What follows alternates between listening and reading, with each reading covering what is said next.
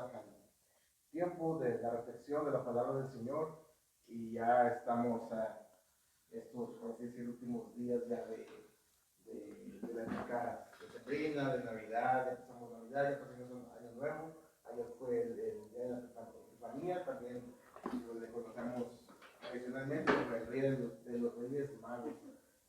Y vamos a enfocarnos, de hecho, en esta narración de la Escritura, en Mateo 2, capítulo 2, perdón, del versículo del 1 al 12. Vamos a estar meditando en este pasaje de la Escritura, Mateo 2, del 1 al 12. Vamos a ver la lectura de esta porción de la Escritura y ustedes me acompañen con su vista. Dice la palabra santa, inspirada y narrante de nuestro Señor, en el nombre del Padre, del Hijo y del Espíritu Santo. Dice así: cuando Jesús nació en Belén,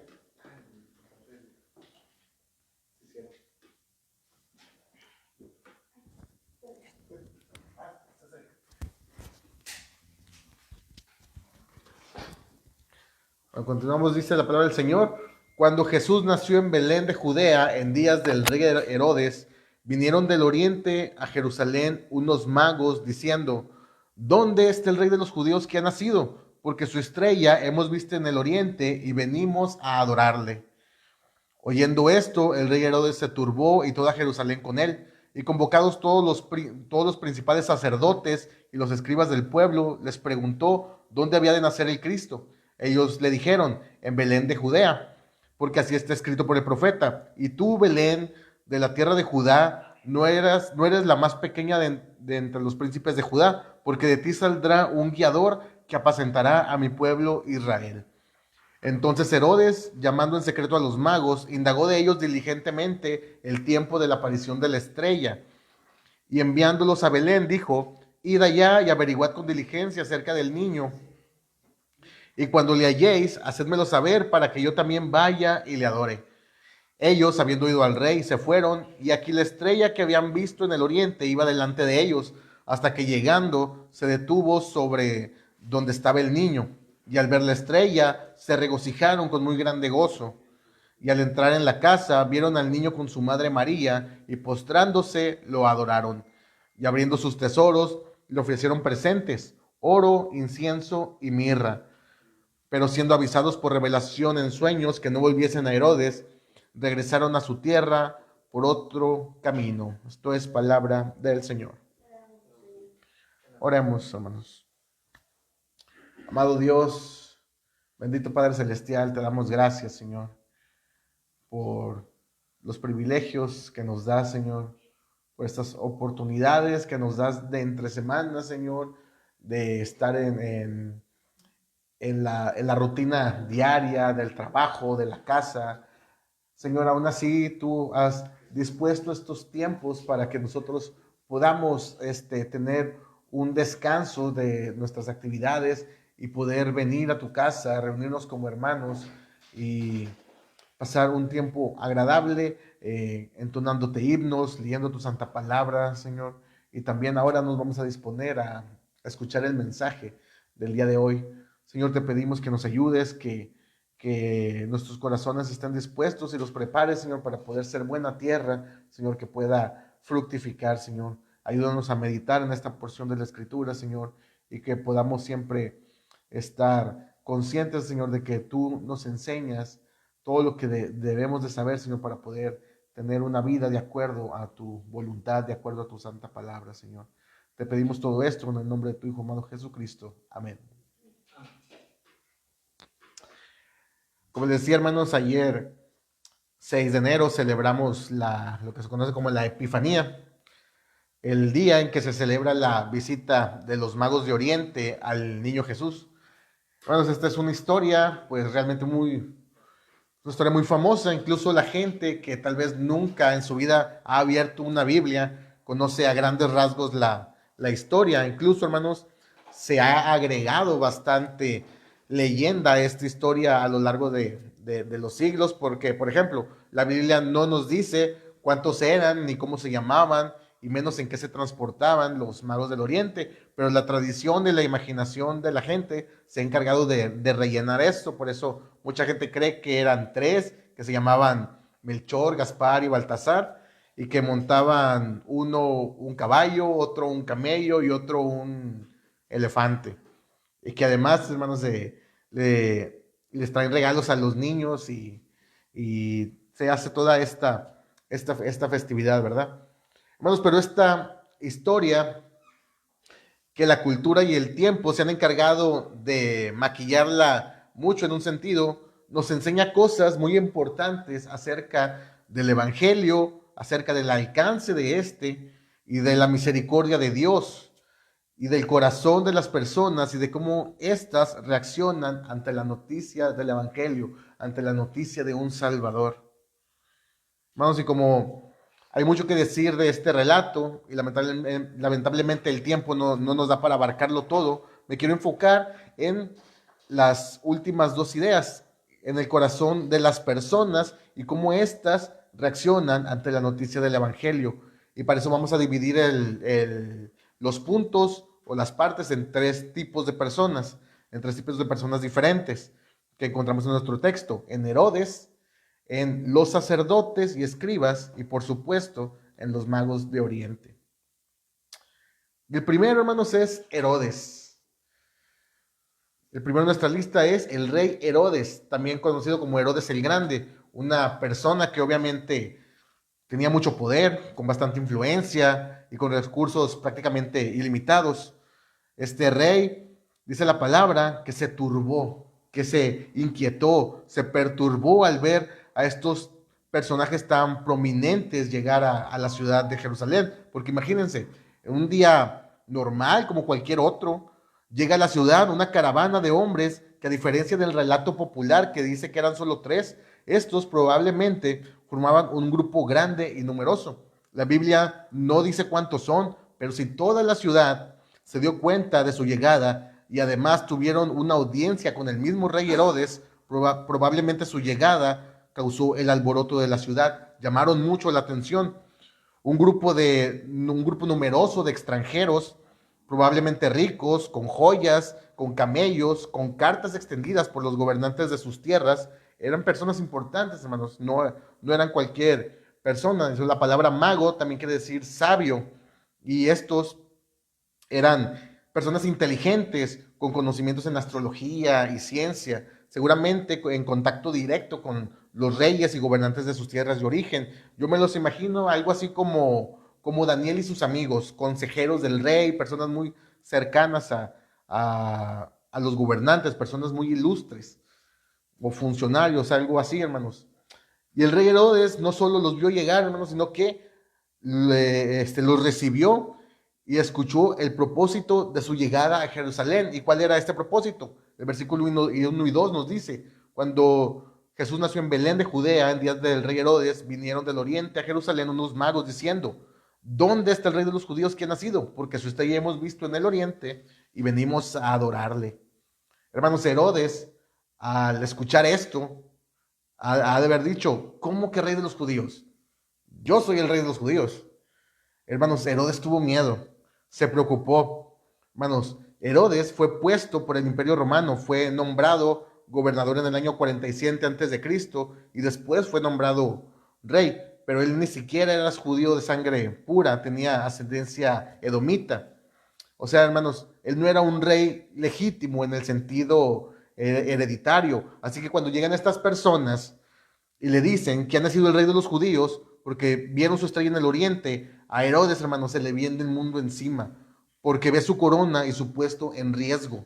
Y él sabía acerca de la profecía del Mesías, él tampoco, no creo que haya sido un ignorante en cuanto a todo esto, porque, hermanos, él le pregunta, la pregunta que le hacen los escribas y a los sacerdotes, les pregunta, ¿dónde había de nacer el Cristo? Hermanos, él sabía que se profetizaba un Mesías que vendría, pero él no esperaba que fuera a nacer en su tiempo. Y aquí es donde se muestra el corazón perverso de Herodes. Él no quería que el Mesías naciera. El pueblo que gobernaba y regía estaba esperando a este Mesías para que los libertara del yugo de Roma. Pero Herodes, cuando se enteró que había nacido, conspiró para matar al Cristo. Él mintió y engañó a los sabios para que recabaran información acerca de este Mesías que había nacido con la excusa de que él también iba a adorarle. Pero sabemos lo que sucedió después. El versículo 13 en adelante del capítulo 2 nos dice que mandó a matar a los bebés menores de 12 años en Belén. Este fue un acto completamente demoníaco, hermanos. Querer matar al autor de la vida, estar en contra del reino de Dios con este mismo espíritu diabólico. Es con el que la iglesia, hermanos, también ha sido perseguida. Los mártires del pasado y del presente, hermanos, han sido torturados, han sido asesinados con estas mismas intenciones, con estos mismos corazones perversos. El infierno, hermanos, hará todo lo que esté a su alcance para detener a la iglesia y a la obra de Dios. Pero como Dios, hermanos, guardó a su hijo de la mano de Herodes, asimismo guardará a la iglesia de las manos del infierno. Y aunque haya, hermanos, que haya personas que han dado su vida por su fe y por el evangelio, como aquellos bebés en Belén, las puertas del Hades no prevalecerán contra la iglesia. Siempre habrá personas que no solo serán indiferentes al mensaje del evangelio, sino que odiarán a Cristo y a su iglesia. Porque al igual que Herodes, tienen miedo que su reino de maldad llegue a su fin y harán todo lo posible por destruirla. Personas con poder y con influencia se levantaron y se levantarán contra nosotros. Estas propagandas e ideologías que quieren envenenar la mente de los niños, el marxismo cultural que quiere invadir todas las áreas de la sociedad y de la iglesia, los abortistas, los pro-LGBT, hermanos, el feminismo radical que quieren atentar contra el orden familiar establecido por la Biblia. Hermanos, y aunque han ganado batallas, al final no van a ganar la guerra, porque el que cuida de la iglesia es el mismo Dios. Con esto en mente, hermanos, pasamos a la segunda tipo de personas, los sacerdotes y los escribas. El segundo tipo de personas, que son los sacerdotes y los escribas, los encontramos en el versículo 4 y 6. Dice, y convocados todos los principales sacerdotes y los escribas del pueblo, les preguntó dónde había de nacer el Cristo. Ellos le dijeron, en Belén de Judea, porque así está escrito por el profeta. Y tú, Belén, de la tierra de Judá, no eres la más pequeña entre los príncipes de Judá, porque de ti saldrá un guiador que apacentará a mi pueblo Israel.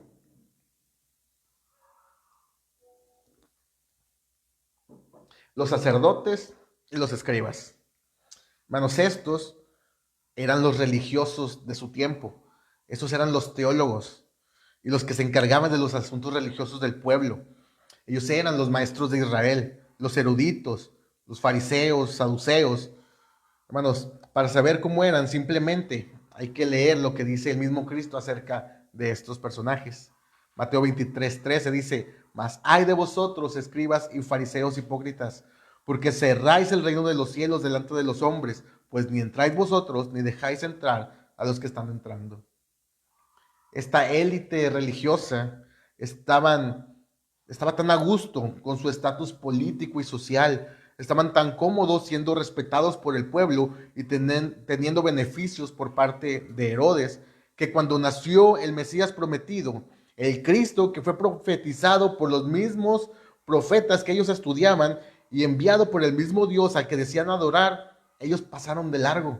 Ellos no le tomaron la más mínima importancia a esto. Ellos conocían las escrituras, hermanos. Ellos sabían de la profecía. Herodes les preguntó y ellos acertadamente citaron a Miqueas. Hermanos, o sea, ellos no eran ignorantes respecto a esto, eran indiferentes. Estaban tan ajenos a la llegada de su Mesías que tuvieron que venir unos extranjeros de tierras lejanas para avisarles que había nacido el rey que estuvieron esperando por siglos. Y cuando fueron avisados de esto, ¿qué hicieron? Nada. En el relato, su participación termina al responderle a Herodes. Herodes, hermanos, de perdido, se interesó e indagó sobre esto para mal, pero lo hizo. Pero estos religiosos, hermanos, ni eso. Ellos no se apuntaron para acompañar a los magos tampoco dieron la noticia al pueblo de que había nacido el rey tan esperado. Hermanos, ellos no hicieron nada. siguieron en su religiosidad superficial. Los saduceos al templo, los fariseos a sus leyes estrictas y los escribas a leer sus rollos. La vida de ellos giraba en torno a las cosas de Dios, pero cuando Dios se encarnó, a ellos no les importó. ¿Cuántas personas, hermanos, hay así hoy en día? Las iglesias, hermanos, están llenas de personas con una religión superficial y vana. Hay pastores y líderes disfrutando de los beneficios de sus posiciones, pero completamente indiferentes a Cristo. Eruditos y teólogos enajenados por su propio conocimiento, pero con corazones lejos del Dios al que estudian. Y congregantes también, hermanos, que aunque no tengan un cargo, van a la iglesia por costumbre o por compromiso, y la vida religiosa entonces se vuelve rutinaria. Hermanos, por ejemplo, cuando estalló el boom de las doctrinas de la gracia y del neocalvinismo, muchos jóvenes estaban obsesionados con la teología, pero no con Dios. Sabían más de Calvino y de Lutero que de la propia Biblia. Estaban más interesados en ganar debates que en ganar almas. Hermanos, y con eso no quiero decir que nos quedemos en la ignorancia o que no debemos crecer en conocimiento. Lo que quiero decir es que estemos a la expectativa de Dios, que nos mueva nuestro interés por Cristo, que lo queramos conocer a Él, que no nos pase como a estos sacerdotes y escribas, que la llegada de su Mesías les dio completamente igual. Y con esto pasamos ya al último tipo de personas, los magos. Ya hemos hablado un poco de ellos. Ellos eran unas personas sabias, o sea, eran unos astrólogos probablemente, personas importantes de sus tierras. La Biblia no nos da más información, pero se cree que estos conocían al Dios de la Biblia por la dispersión que hubo cuando el exilio de Babilonia y el judaísmo se extendió por esas tierras de Oriente. Pero hermanos, haya sido como haya sido, ellos conocían las profecías. Dijeron que habían visto su estrella en el oriente. Muchos estudiosos, hermanos, y comentaristas relacionan esta estrella y el nacimiento de Cristo con la profecía de Balaam en Números 24, que dice, lo veré, mas no ahora, lo miraré, mas no de cerca. Saldrá estrella de Jacob y se levantará cetro de Israel y herirá las naciones de Moab y destruirá a todos los hijos de Set. Hermanos, estos sabios estaban muy bien informados, pero más que eso, estaban expectantes. Lo que dijeron cuando llegaron con Herodes es sorprendente. Ellos dijeron, ¿dónde está el rey de los judíos que ha nacido? Porque su estrella hemos visto en el oriente y venimos a adorarle. ¿Dónde está el rey de los judíos que nació? Porque venimos a adorarle. Ellos sabían a lo que venían. Cuando vieron aquella estrella, ellos ya estaban preparados. Nació el rey, llegó el Mesías, el Hijo de Dios, y vamos a ir hasta allá, vamos a ir a su tierra, donde está profetizado que nazca, y vamos a ir allá para adorarle. Esta palabra, hermanos, tiene mucho peso. Ellos sabían que este rey no era cualquier rey. Este rey era especial. La llegada de este rey fue profetizada siglos atrás. Este era el Hijo de Dios que había tomado forma de hombre, el verbo hecho carne. Hermanos, los magos lo sabían. Ellos llegaron a Jerusalén esperando encontrar una ciudad en fiesta y en regocijo porque había nacido el Mesías. Hermanos, si ellos, que eran extranjeros, estaban más que emocionados, cuánto más el mismo pueblo al que se le había prometido un libertador y este acababa de nacer, estaría completamente eufórico por el nacimiento de su Mesías. Pero ¿qué encontraron? Encontraron una ciudad sumida en la apatía, una élite religiosa completamente indiferente y un rey cegado por el odio y por el miedo, queriendo matar a ese Mesías. Juan 1 del 9 al 13 dice, aquella luz verdadera que alumbra a todo hombre venía a este mundo. En el mundo estaba y el mundo por él fue hecho, pero el mundo no le conoció. A lo suyo vino y los suyos no le recibieron, mas a todos los que le recibieron, a los que creen en su nombre, les dio potestad de ser hechos hijos de Dios, los cuales no son engendrados de sangre, ni de voluntad de carne, ni de voluntad de varón, sino de Dios. Estos extranjeros de tierras lejanas vieron la gloria de Dios. Lo que no vieron los naturales, lo vieron los ajenos. Lo que no vieron los judíos, lo vieron los gentiles. Dios le había abierto la puerta al pueblo gentil y ahora ellos podían presenciar también la salvación de Dios. ¿Qué dijo Simeón? Ahora, Señor, despides a tu siervo en paz conforme a tu palabra, porque han visto mis ojos tu salvación, la cual has preparado en presencia de todos los pueblos, luz para revelación a los gentiles y gloria de tu pueblo Israel. A diferencia de los judíos, estos extranjeros estaban esperando la llegada del Rey de Reyes. Romanos 10, 20 y 21 dice, Isaías dice resueltamente, fui hallado de los que no me buscaban, me manifesté a los que no preguntaban por mí, pero acerca de Israel dice, todo el día extendí mis manos a un pueblo rebelde y contradictor. A nosotros, hermanos, como gentiles, se nos abrió la puerta de la salvación, y estos sabios de Oriente representan las primicias del pueblo gentil. Cuando llegaron, hermanos, a donde estaba Jesús, hermanos, los magos no cabían de emoción, y como no, ellos estaban plenamente conscientes de a quién estaban a punto de ver. Dice el versículo 9 y 10, ellos habiendo oído al rey se fueron, y he aquí la estrella que habían visto en el oriente iba delante de ellos, hasta que llegando se detuvo donde estaba el niño, y al ver la estrella, dice, se regocijaron con muy grande gozo. Qué diferencia con la actitud de Herodes y del demás pueblo. Hermanos, yo creo que el corazón de los magos se les salía del pecho. Iban a ver a Jesús. Hermanos, ¿cómo te hubieras sentido tú al estar en su lugar? Mateo 2:11 dice, y al entrar en la casa, vieron al niño con su madre María, y postrándose, lo adoraron. Y abriendo sus tesoros, le ofrecieron presentes, oro, incienso y mirra. Hermanos, yo me imagino la escena de cuando vieron a Jesús, lo vieron, hermanos, y no pudieron evitar caer de rodillas ante el Rey de Reyes y Señor de Señores. Inclinados, hermanos, con su frente en el piso, lo adoraron. Estos magos, estos sabios, ricos, importantes, hermanos, se humillaron y se postraron ante un bebé que no hace mucho tiempo había dormido en un pesebre. Pero este bebé, hermanos, no era otro, sino el mismo Hijo de Dios. Este bebé era el Mesías, era Emmanuel, Dios con nosotros. Hermanos, a su padre adoptivo, a José, un ángel le dijo que le pusiera por nombre Jesús, porque salvaría a su pueblo de sus pecados. Este bebé era el Cristo, y nosotros, hermanos, le conocemos, porque es el mismo que nos salvó a nosotros y nos dio vida eterna. Ese mismo bebé al que los magos vieron es el mismo que nos salvó a nosotros. Hermanos, no se podía, hermanos, llegar ante un rey con las manos vacías.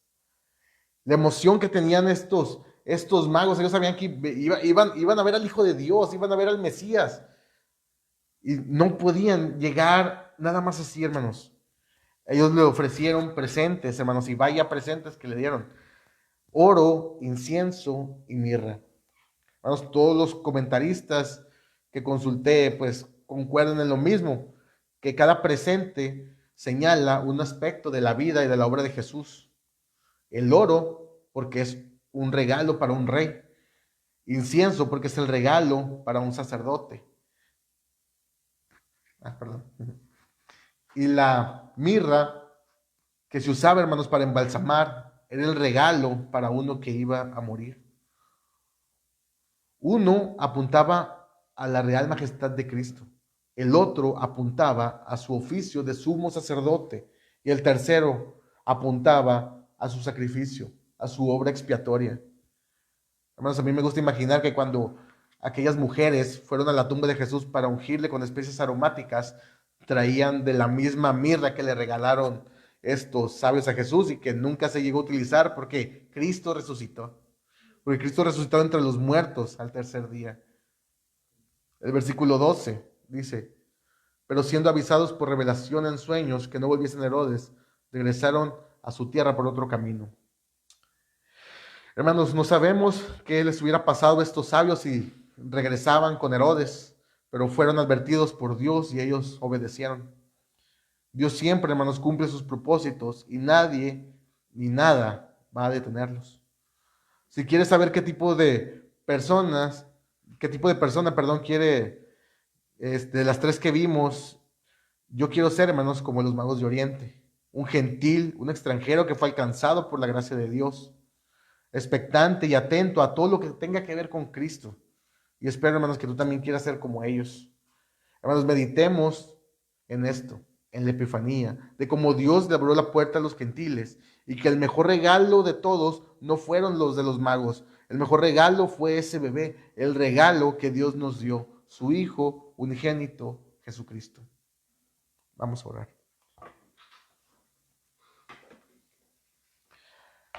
Amado Dios y buen Padre Celestial, no cabemos, Señor, en agradecimientos a ti. No podemos, Señor, más que humildemente venir a ti y entregarte todo lo que somos, Señor. Te damos gracias, Señor, y te pedimos que avives nuestros corazones, Señor, para tener esa misma emoción, ese mismo regocijo, ese mismo gozo que los magos de Oriente. Te damos gracias porque le abriste la puerta a extranjeros como nosotros, Señor. Y ahora podemos contemplar tu gloria. Podemos ser parte de tu pueblo, Señor. Nos salvaste y nos redimiste por gracia. Señor, y aquel bebé que nació y que fue admirado y adorado por los magos, Señor. Fue el mismo bebé, la persona de Jesucristo que nos salvó, tu Hijo unigénito. Te damos gracias por él y por la salvación que nos has dado por medio de él.